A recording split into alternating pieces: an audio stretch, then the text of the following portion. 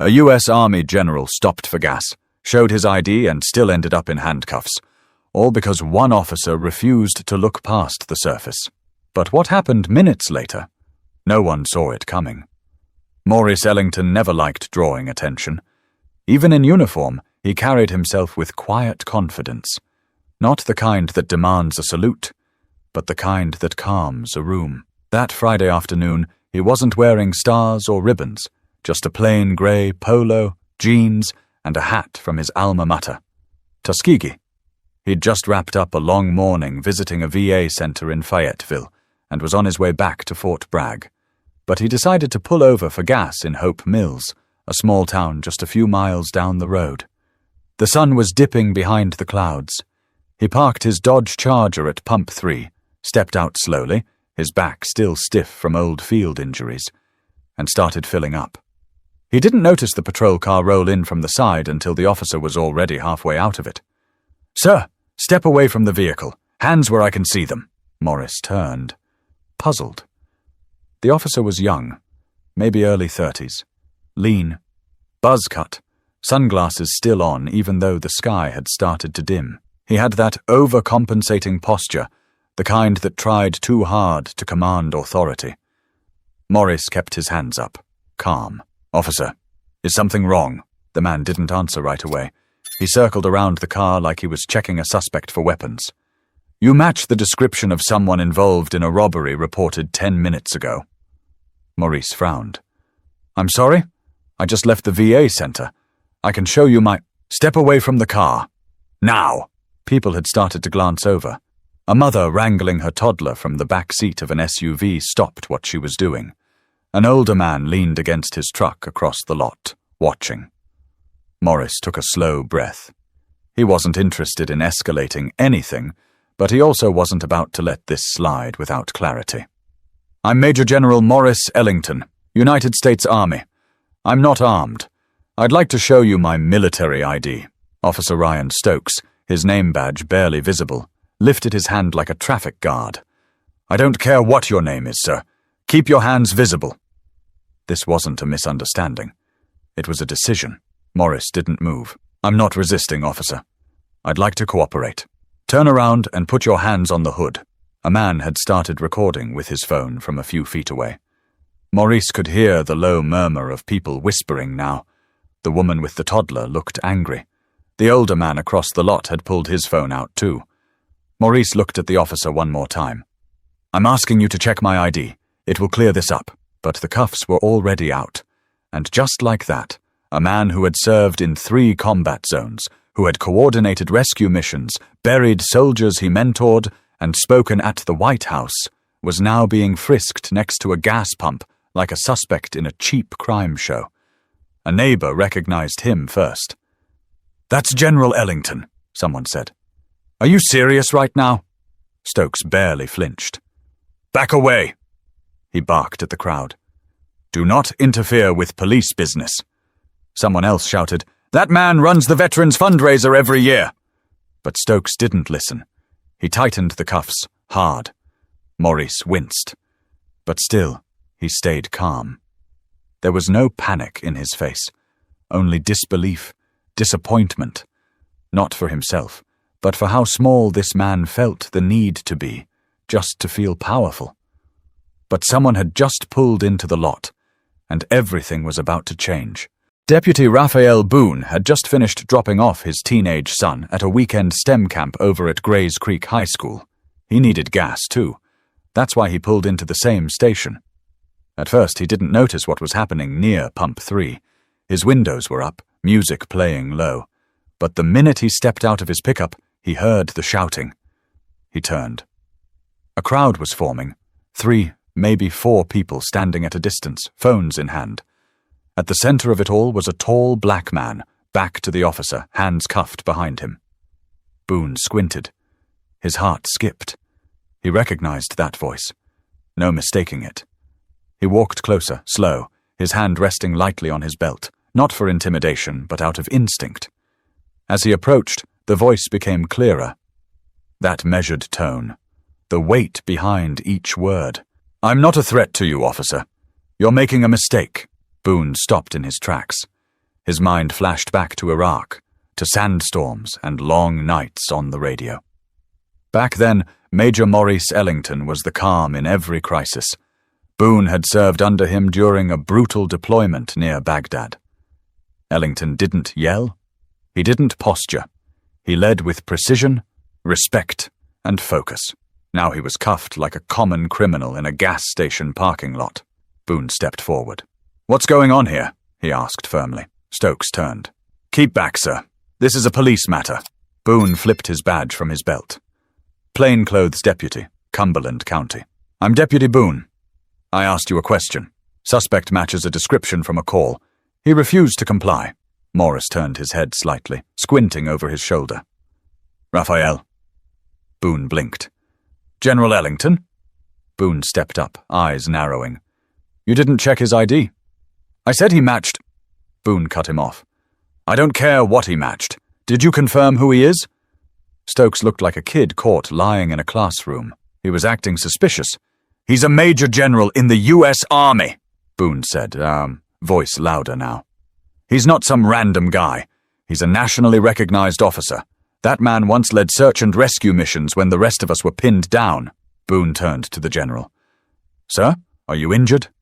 "No, just humiliated." Someone from the small crowd piped up. "He offered his ID. The cop refused to look at it." Boone looked around at the growing audience, then back to Stokes. "Uncuff him, right now." Stokes stood there, still holding on to a posture he hadn't earned. "I was following protocol. You're 2 minutes away from being on the evening news. You hear them?" Boone pointed at the phones. "This video is going live. You're about to be a story." Stokes hesitated. He reached for the cuffs. Boone moved quicker. "Let me." "Back up." He pulled out the keys clipped to the officer's belt, undid the cuffs, and helped Maurice rub circulation back into his wrists.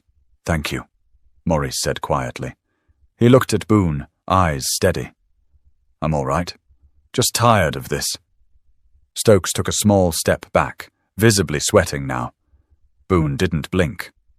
"You're going to report this, right?" Maurice shook his head. "You know I'm not that kind of man." Boone sighed. "I know, but I am."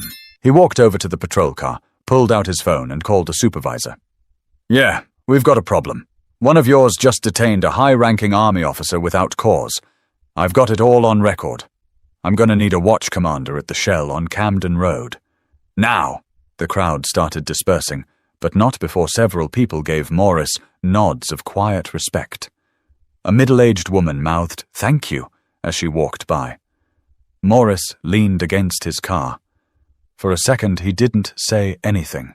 Boone stood beside him. "You all right?" "Physically, yeah. Mentally, same answer. I've been treated worse in enemy territory," Maurice said. Then he glanced sideways. "But I never expected this back home. Not after all these years." Boone looked away, jaw set. "You did the right thing, Raphael," Morris added. "You always did." But the fallout from this moment wasn't going to stay in that parking lot, because someone had already sent the footage to the local news. By the time Lieutenant Jody Rawls from the Hope Mills PD pulled into the gas station 15 minutes later, the mood was tense but controlled. Boone had kept Stokes at a distance. Morris was seated on the hood of his own car, arms crossed, not out of anger, but composure. Rawls stepped out, adjusted her vest, and walked over quickly. She was in her late 40s, all business, no drama. She'd heard Boone's voice over the phone and knew it wasn't a call to brush off. Boone met her halfway. "Lieutenant!" "Deputy Boone! What's going on?" Boone glanced at Stokes, who stood a few feet away, arms stiff at his sides, avoiding eye contact. "You've got a problem, ma'am," Boone said.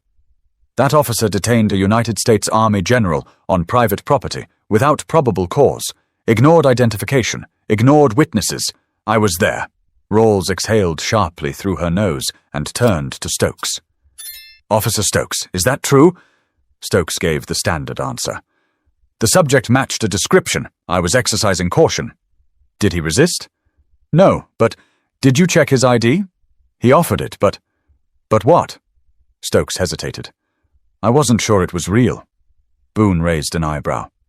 "You mean you didn't like the way he looked? Be honest."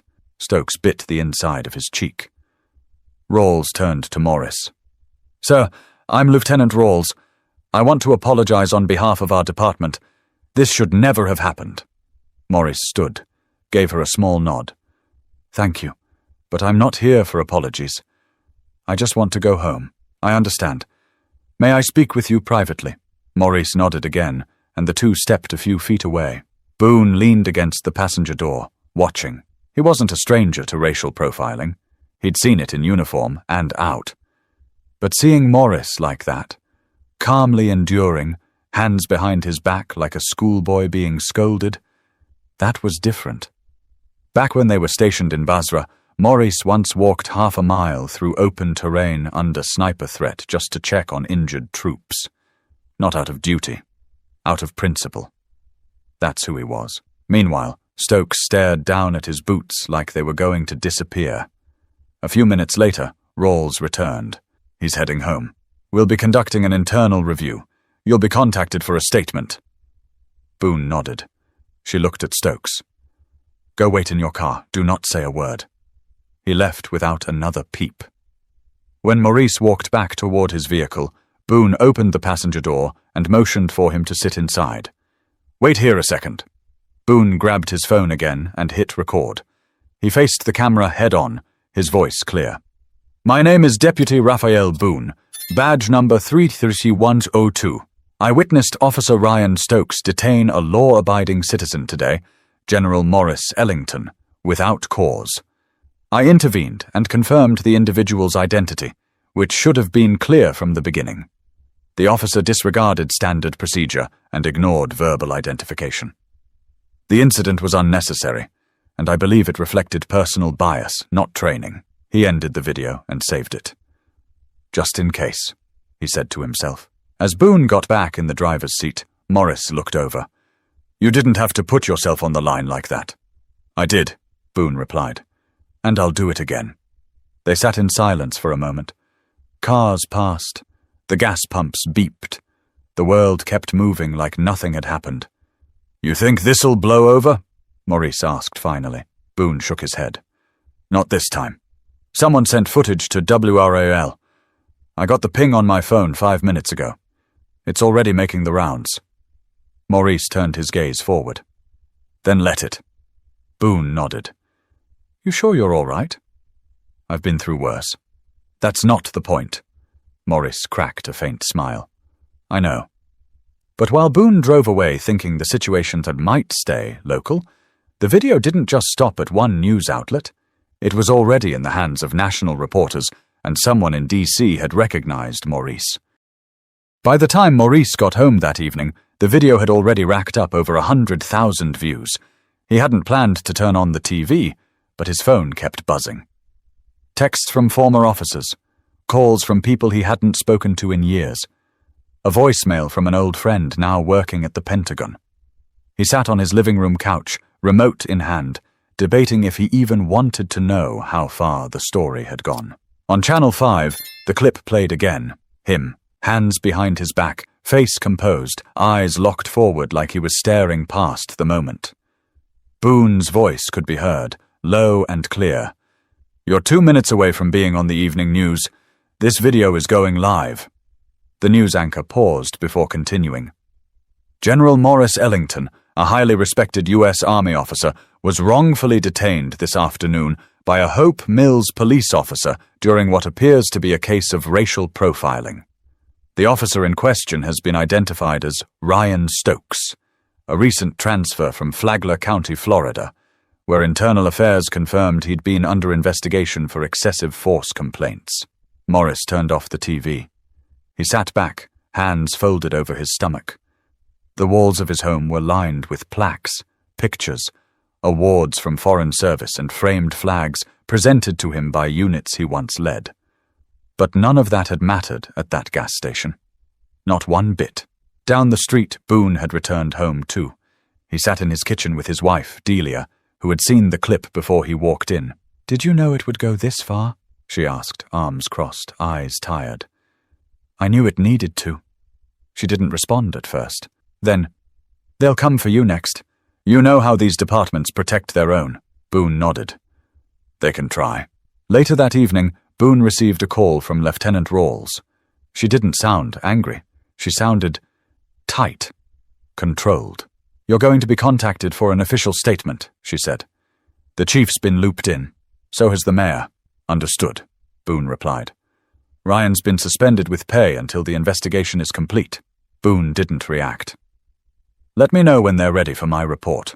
They'll call you in Monday. In the meantime, just be careful."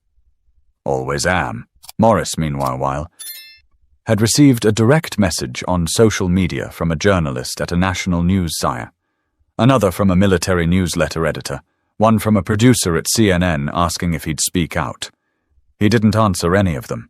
Instead, he opened his contacts and called one person, Colonel Everett Hall, retired. Everett picked up on the second ring. "Morris, I saw it. You all right?" "I'm all right." There was a pause. "Want me to make some calls?" "No." "You sure? We both know this isn't about one officer. It's the way they look at us, even now." "I know, but that's not why I'm calling." "Then why?" Maurice looked up at the framed photo across from him. It was from his first command in Kandahar. 20 young faces, half of them barely old enough to vote. "I want you to talk to someone," Maurice said. "There's a deputy here, Boone. He stepped in when no one else would. He put himself out there. That man needs to be seen." Everett paused. "You want to highlight him?" "I want people to remember what courage looks like." "You sure you don't want the spotlight for yourself?" "I never did." The next morning, local newspapers picked up the story. So did military outlets. Within 24 hours, Boone's name was trending on Twitter. Some called him a hero. Others called him a traitor to the badge. But Boone wasn't reading the comments. He was finishing his incident report, just as he'd done dozens of times before. Except this time, he knew it would make waves. Meanwhile, Stokes was quiet. No statements, no press, no apology. But that silence wouldn't last. Because while the internet debated, the chief of police had just received a sealed envelope containing a copy of Stokes' old disciplinary file, and it raised more than just questions. It raised alarms. By Sunday morning, the Hope Mills Police Department was cornered. What started as a local embarrassment had turned into a national headline. Civil rights attorneys were weighing in. Military veterans had organized an online petition demanding accountability, which had gathered nearly 50,000 signatures in under 36 hours. And the footage had taken on a life of its own. News stations were looping it. Talk shows were dissecting it. Everywhere you looked, there was that image. General Morris Ellington, standing tall, wrists shackled behind him, refusing to lose his composure. But behind the scenes, the pressure wasn't just coming from social media. It was coming from inside the house. That sealed file on Officer Stokes, it came from his old department down in Flagler County. It contained 37 pages. Use of force complaints, 2 excessive detention cases, 1 internal memo recommending psychological evaluation. No formal charges had ever stuck, but that wasn't unusual. Departments often shuffled troubled officers off quietly, avoiding lawsuits by letting them resign instead of terminating them outright. Hope Mills hadn't bothered to read the fine print when they hired him. But now they had no choice. Lieutenant Rawls sat across from Chief Brandon Holcomb in his office, the door shut tight. Holcomb was in his 60s, a man who'd always valued loyalty above all else. But this time, he didn't have room to protect anyone. "We brought this on ourselves," he muttered, reading through the report for the second time. "He shouldn't have been cleared for field duty." Rawls didn't argue. Holcomb sighed. "Do we know how the file got leaked? No? But it's real. There's a signature. Dates match. Nothing forged." The chief leaned back in his chair, rubbing his temples. "We'll issue a statement by noon. You think that'll stop the bleeding?" "No. But if we don't, the mayor's going to cut us loose in front of a camera." Back at home, Boone sat at the dining room table with his laptop open. He'd received 3 interview requests. All declined. He wasn't interested in being famous. He just wanted the truth to be acknowledged. Delia brought him coffee, sat across from him. "They digging into the officer." Boone nodded. Hard. "You worried?" He shook his head. "No, I didn't lie. I didn't exaggerate. I told them what I saw. What everyone saw." Meanwhile, Maurice stayed quiet. He hadn't made a public statement despite the pressure. A few journalists had camped outside his driveway early that morning. One even knocked. He never answered. Instead, he pulled on his army jacket and drove to the Veterans Center. No fanfare, no speeches, just time spent with old friends who didn't see rank. They saw a man who always came through. Inside the center, a young vet named Calvin approached him. He couldn't have been older than 26, "Sir," he said quietly. "I saw the video. I showed it to my dad. He served too. He said it hurt to watch, but it felt familiar." Maurice nodded once, slowly. "Sometimes the uniform doesn't shield you from what people think they see." Calvin looked down. "You think anything'll change?" Maurice took a moment. Then he said, "Maybe not today, but sometimes the right moment forces the right eyes open." Elsewhere, Stokes sat alone in his apartment. The curtains were drawn. His phone had been taken by Internal Affairs. His badge, too. Word had spread fast among the department. Some colleagues were quiet. A few had sent him short, clipped messages. "Not cool. You messed up, man." He kept replaying the moment over and over again. Why hadn't he just taken the ID? Why had he pushed? But deep down, he knew why. He'd sized Ellington up in a second, made a call, treated him like every other fit-the-description profile he'd justified before. Only this time, the person he judged wasn't some nameless face. He was someone with a voice, a history, and the discipline to let the world see it all. But things weren't done spiraling.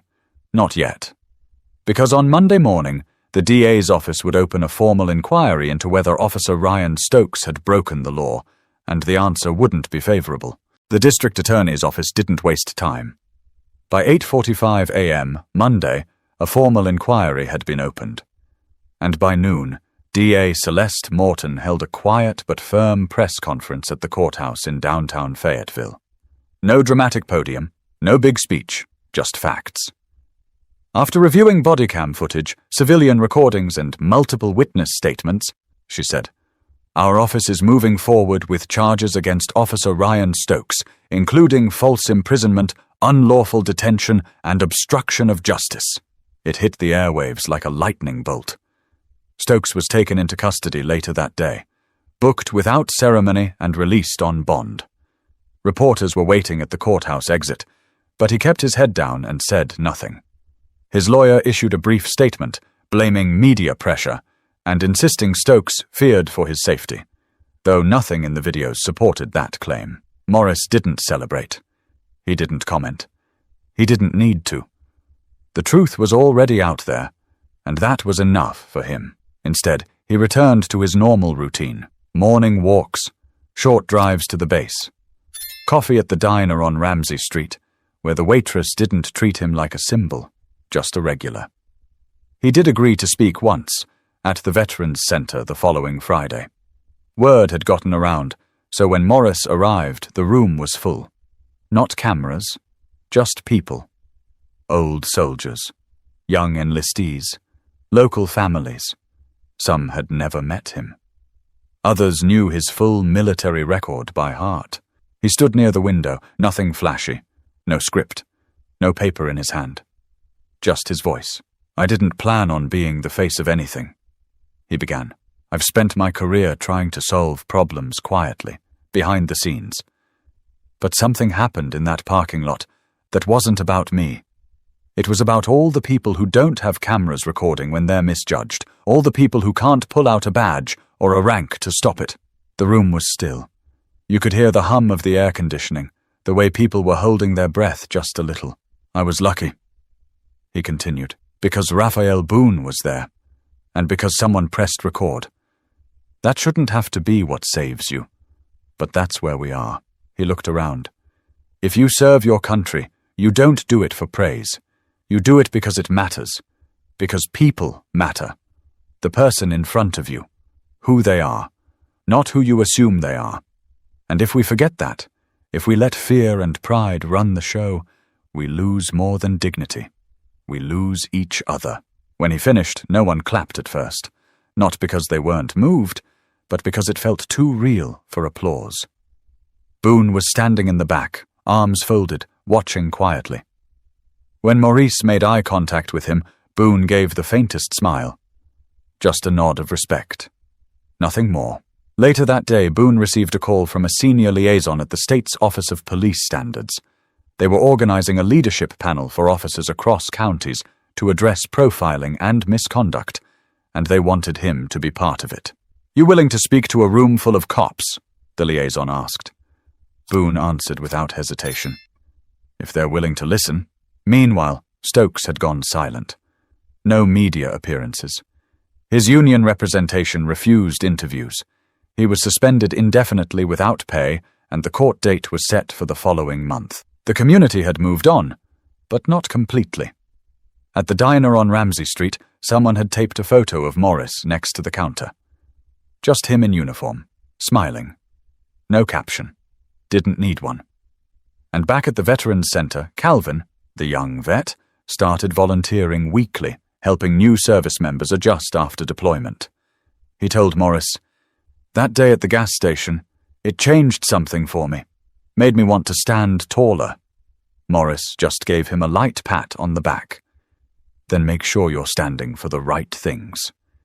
But the story didn't really end there, because what happened in that parking lot had already planted a seed in people's minds, and what they did with it would define what came next. 3 weeks later, the viral clips had slowed down, the headlines faded, and the frenzy moved on, as it always does. But the memory hadn't. At Hope Mills High School, a civics teacher used the video of General Ellington's detainment to open a discussion about assumptions and authority. The students, mostly quiet at first, began to open up. One boy said his father had been pulled over 6 times in 2 months. A girl said her uncle, who served 2 tours in Afghanistan, still gets followed around in department stores. The teacher didn't say much. She let the clip speak for itself. Elsewhere, Boone had begun leading those departmental sessions.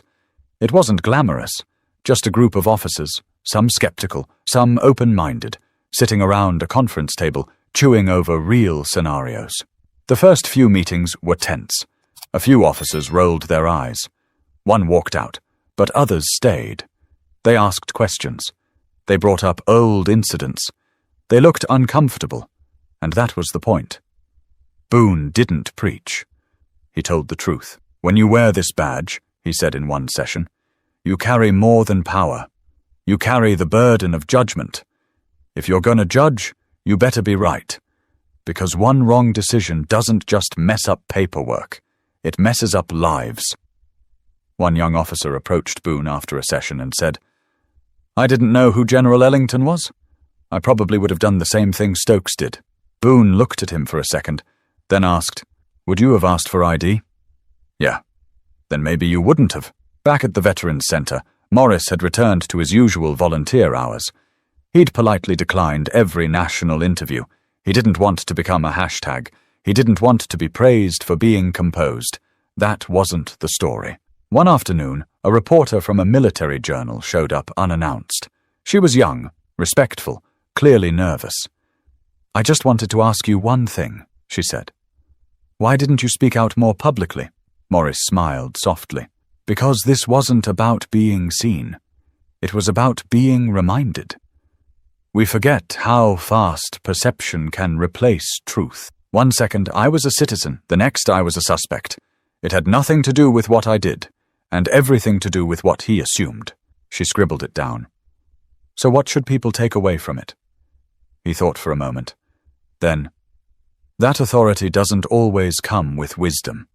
And that being calm in the face of injustice isn't weakness. It's control. I don't need people to admire me. I need them to look inward." The reporter nodded, thanked him, and left. Later that evening, Boone joined Maurice for dinner. 2 old soldiers. No fanfare, just food and quiet conversation.